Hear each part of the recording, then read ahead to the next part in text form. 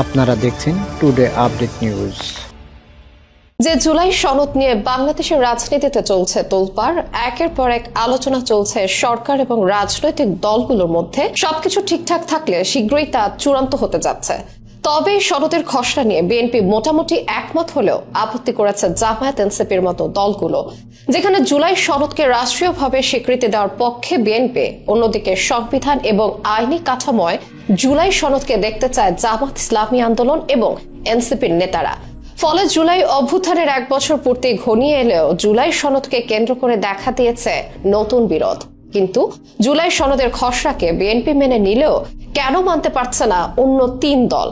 জুলাই সনদ প্রসঙ্গে সরকার এবং রাজনৈতিক দলগুলোর অবস্থান জানাবো আজকের এই ভিডিওতে। জুলাই গণঅভ্যুত্থানের 1 বছর পেরিয়ে গেলেও এখনো পর্যন্ত বিচার, সংস্কার কিংবা নির্বাচনের তেমন অগ্রগতি দেখতে পারেননি অন্তর্বর্তীকালীন সরকার। এসব সমস্যার সমাধানে জাতীয় ঐক্যমত্য কমিশনের সঙ্গে বারবার বৈঠকে বসেছে রাজনৈতিক দলগুলো। বারবার বৈঠকের পরেও যে বিষয়টি নিয়ে সবচেয়ে বেশি আলোচনায় উঠে এসেছে তা হলো জুলাই সনদ ঘোষণার প্রক্রিয়া। গেল কয়েক সপ্তাহ আগেও জুলাই সনদের বিভিন্ন বিষয় নিয়ে বিএনপির আপত্তি থাকলেও এবার আপত্তি দেখাচ্ছে অন্য দলগুলো। জুলাই জাতীয় সনদের খসড়া নিয়ে আপত্তির কথা জানিয়েছে জামায়াত ইসলামী, জাতীয় নাগরিক পার্টি এবং ইসলামী আন্দোলন বাংলাদেশ। নির্বাচনের মাধ্যমে সরকার গঠনের 2 বছরের মধ্যে সনদে অন্তর্ভুক্ত সংস্কার প্রস্তাবগুলো বাস্তবায়ন করা হবে। সনদের এই বিষয়টি নিয়ে মূলত আপত্তি। দলগুলো বলছে জুলাই সনদকে একটি আইনি কাঠামোর মধ্যে এনে তা বাস্তবায়নের নিশ্চয়তা দিতে হবে। তা না হলে পুরো সংস্কার প্রক্রিয়া অনিশ্চয়তার মধ্যে পড়ে যাবে। তবে এই খসড়ার সঙ্গে মোটামুটি একমত বিএনপি। এদিকে সনদের কিছু অংশ বিপজ্জনক বলে উল্লেখ করেন জামায়াত ইসলামীর নায়েবে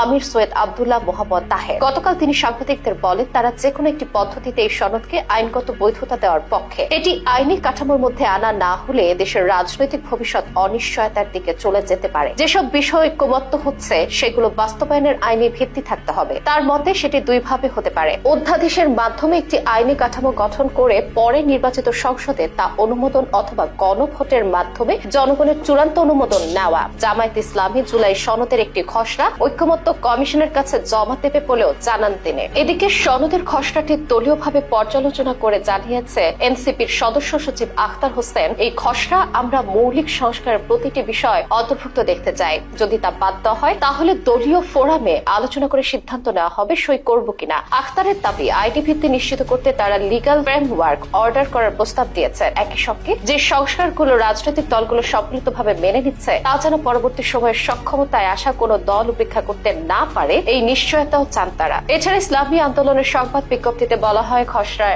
একবারের জন্য পতিত ফ্যাসিবাদের মূল হোতা এবং অশুভ চক্রের প্রধান শেখ হাসিনার নাম উল্লেখ করা হয়নি। জুলাই সনদের ক্ষেত্রে প্রধান চাওয়া ছিল এর আইনি মর্যাদা এবং বাধ্যবাধকতা, কিন্তু খসড়া সনদে এই সম্পর্কে কিছুই বলা হয়নি। ফলে সনদের আদতে কোনো তাৎপর্য আছে বলে মনে হয় না। অন্যদিকে ঐক্যমত্য কমিশনের খসড়ার সঙ্গে মোটামুটি একমত বিএনপি। দলটির স্থায়ী কমিটির সদস্য সালাউদ্দিন আহমেদের মতে খসড়ার সঙ্গে তারা মোটামুটি একমত। অঙ্গীকারের বিষয়ে বিএনপি একমত। খসড়ার শব্দ, বাক্য গঠন সংক্রান্ত বিষয়ে বিএনপি তাদের পর্যবেক্ষণ কমিশনকে জানাবে বলে উল্লেখ করেন তিনি। আর এসব নিয়ে যখন পর্যায়ক্রমে আলোচনা চলছে তখন জুলাই সনদের মূল উদ্দেশ্য বাস্তবায়নের দিকে যাচ্ছে বলে ধারণা অনেকের।